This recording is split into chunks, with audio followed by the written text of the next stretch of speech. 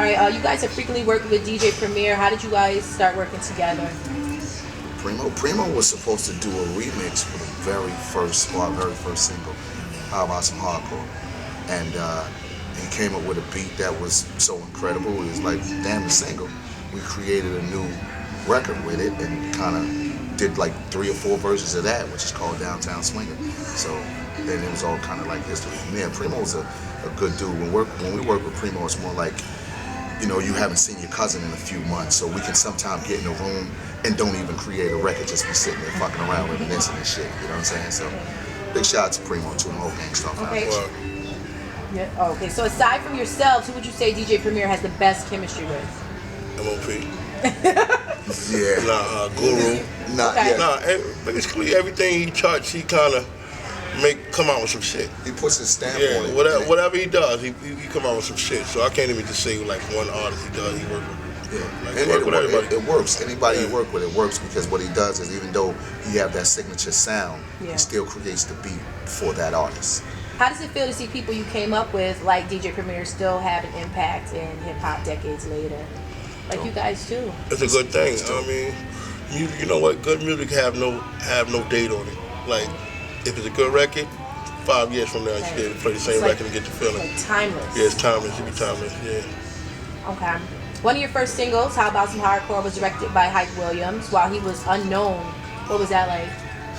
Hype was shook. He was scared? Yeah, he's scared. Coming to Brownsville. But nah, Hype, like we kind of. Brownsville is real. And we're not taking anything from Hype because he did some great things after M.O.P. But we kind of directed the video. Okay. If you know, it's kind of like stand right here, shoot this way. Stand right there, shoot that way.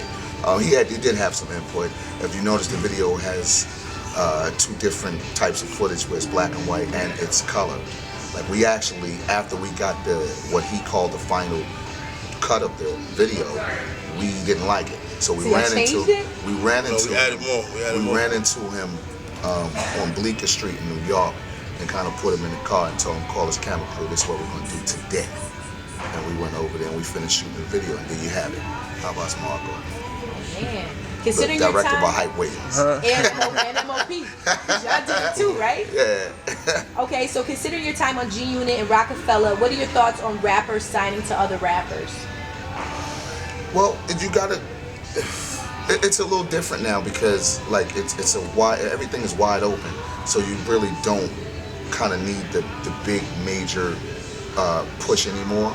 So back a while ago, rappers that were really rappers like a Jay or a 50, I think it was not so easy for them to run the company because their careers were so big, they had so much going on, and to have other artists in their camp, they couldn't kind of focus on every artist. So it was good that 50 had like a Chris Lighty or Sha Money running the company, and Jay as well as Dame running the company. So I mean, but I think now it's a little more easier.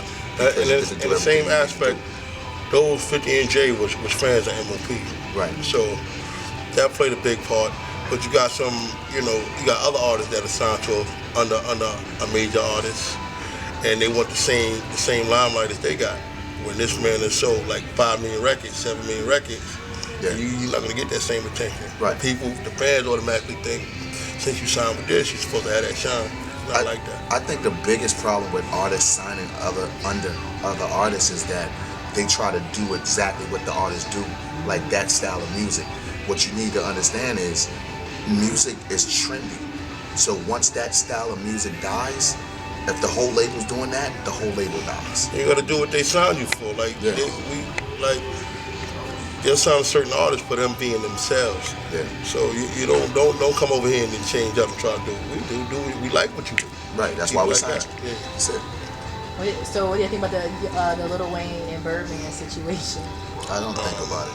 That's not my business. That's not our business. So we don't. Lil Wayne got nice motherfucker though, man. I don't know, that nigga stepped in far crazy though. Yeah.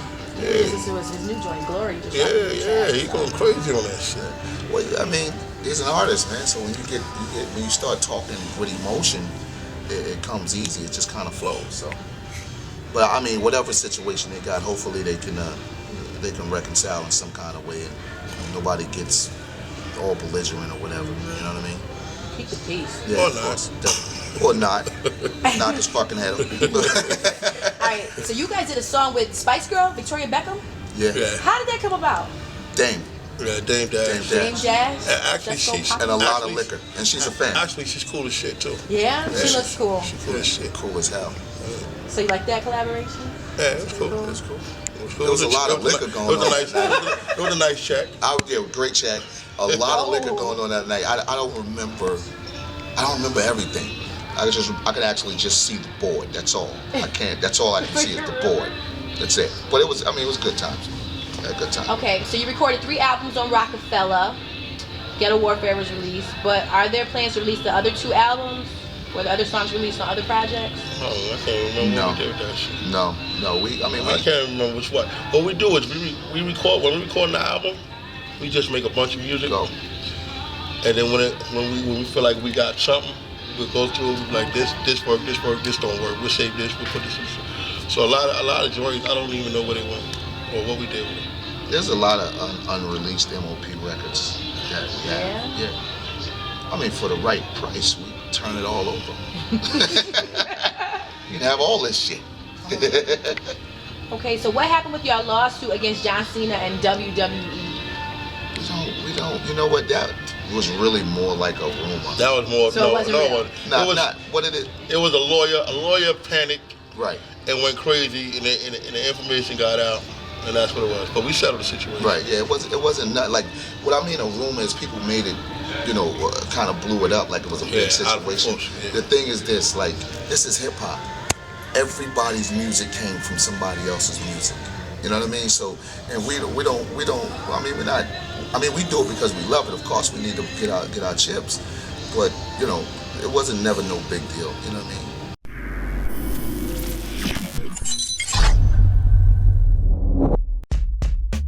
No comparison, man. ODB is in a class by itself. He don't even compare to us. Like he said, his style don't have no father.